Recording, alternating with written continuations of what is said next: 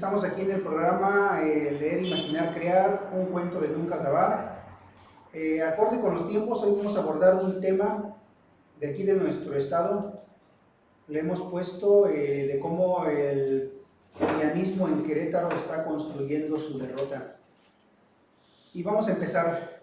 Tomé textos de algunas notas periodísticas y otras pues son con comentarios propios. Vamos a iniciar. Está bien que el sentido de pertenencia es muy importante, pero no es lo mismo pertenecer a la 4T que pertenecer al prianismo. La importancia del sentido de pertenencia en la vida del ser humano ha sido estudiado por diversos autores y abordada desde distintas perspectivas. Al revisar este concepto encontramos que, a lo largo de los años y de los contextos, el concepto ha mantenido características afines en sus acepciones. Dentro de las más repetidas se encuentra que el sentido de pertenencia es inherente al ser humano como una necesidad, pero vuelvo a reforzar, no es lo mismo pertenecer a la 4T que al prianismo. Como segundo punto, no podemos darnos por vencidos, debemos luchar contra la corrupción. Una consecuencia sociocultural que deriva de la habituación a las prácticas corruptas en las sociedades contemporáneas es interpretar que la corrupción es un fenómeno universal y por lo tanto es preciso aceptarlo como inevitable. Esta naturalización se observa en la trivialización que se hace de la ilegalidad y de la inmoralidad. Solemos decir, ocurre en todos lados, ya no queda gente honesta, aunque roben, al menos hacen algo. Y aquí en México decimos de algunos grupos políticos, roban, pero dejan robar. Estos comentarios, que forman parte del discurso cotidiano de los ciudadanos, pueden contribuir a que se dejen de observar a estos hechos como desviaciones éticas e inclusive delitos que hay que repudiar y sancionar, y en consecuencia se los vea como algo que surge de manera natural, frente a lo cual nadie puede hacer algo para corregir la situación. Bueno, pues acá de este lado estamos convencidos que sí se puede acabar con la corrupción. Tercer punto, hay de chicanadas a chicanadas. Chicanada es una acción retardataria en un proceso jurídico o legislativo, cuyo objetivo es obstaculizarlo y manipularlo, es decir, obstaculizar o manipular ese proceso. Proviene de chicane o chicane, que significa sofisma, es una palabra francesa. Aquí recalcar, no tiene nada que ver con chicanos. Los chicanos son las personas que viven en Estados Unidos y que son de origen mexicano, y la acepción más aceptada es de que se les empezó a decir así como una derivación de mexicanos. Se quitó la primera sílaba y se les empezó a decir chicanos, ¿sí? Chicanos porque es más fácil, y de ahí derivó a chicanos.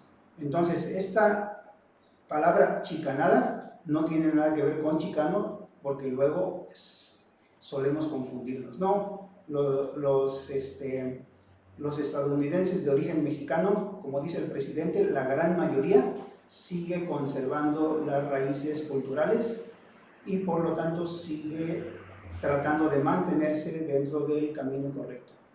Chicanada proviene, ya dijimos entonces, de una palabra que significa sofisma. ¿Y qué es un sofisma? Un sofisma es una mentira disfrazada de verdad.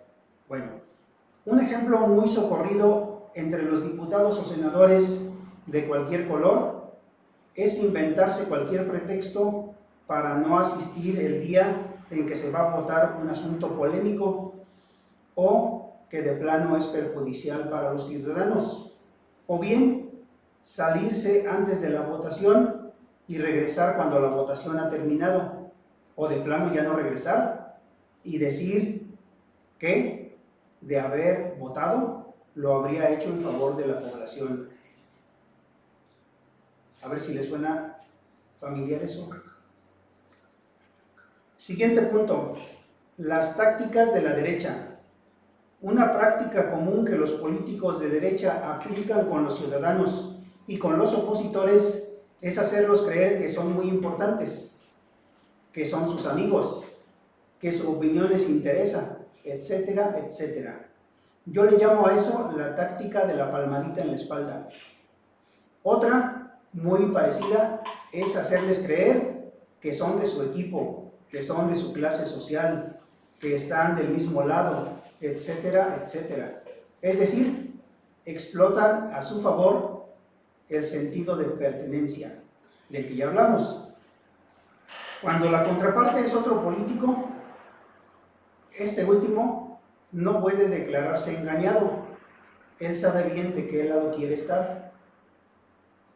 Estas prácticas las aplican muy bien los diputados panistas y su jefe, el gobernador, quien durante la jornada Contigo Informamos, que se realizó en las instalaciones del Teatro Metropolitano del Centro de Congresos, dicho mandatario mencionó respecto a la presunta expulsión del Movimiento de Regeneración Nacional de algunos diputados locales que votaron a favor de la iniciativa. Él dijo: yo creo que se están equivocando. Yo no tengo por qué hablar con los dirigentes de aquel partido. Yo tengo que hablar con los diputados. Es decir, darles la palmadita en la espalda. Bueno, ese es un comentario mío. Para mí sí era muy importante salir en unanimidad, apuntó. Lo anterior se refiere a la aprobación por unanimidad del endeudamiento del Estado de Querétaro. Siguiente punto. Es mejor pedir prestado que aplicar un plan de austeridad. A pesar de que el presidente Andrés Manuel ya les puso el ejemplo a los gobernadores de derecha, estos no aprenden. El presupuesto anual del Estado de Querétaro está alrededor de 50,000 millones de pesos. En 6 años se tendría un poco más de 300,000 millones de pesos. El monto del endeudamiento es de alrededor de 3,000 millones. Si no me equivoco, por ahí de 3,300 millones. Esto representaría apenas el 1.1% del presupuesto del sexenio. No parece imposible que se pueda implementar un plan de austeridad que ahorre ese 1.1%. Incluso se puede ahorrar más. Ya lo ha demostrado el presidente de la República. ¿Qué es lo que falta? Lo que falta es voluntad, capacidad, inteligencia y honestidad. Casi nada. Siguiente punto, el jefe y sus incondicionales. Para lograr su cometido, el jefe recurrió a las prácticas ya mencionadas, es decir, explotar el sentimiento de pertenencia, la palmadita en la espalda, entre otras cosas. Aquí no vamos a mencionar solo a los de casa.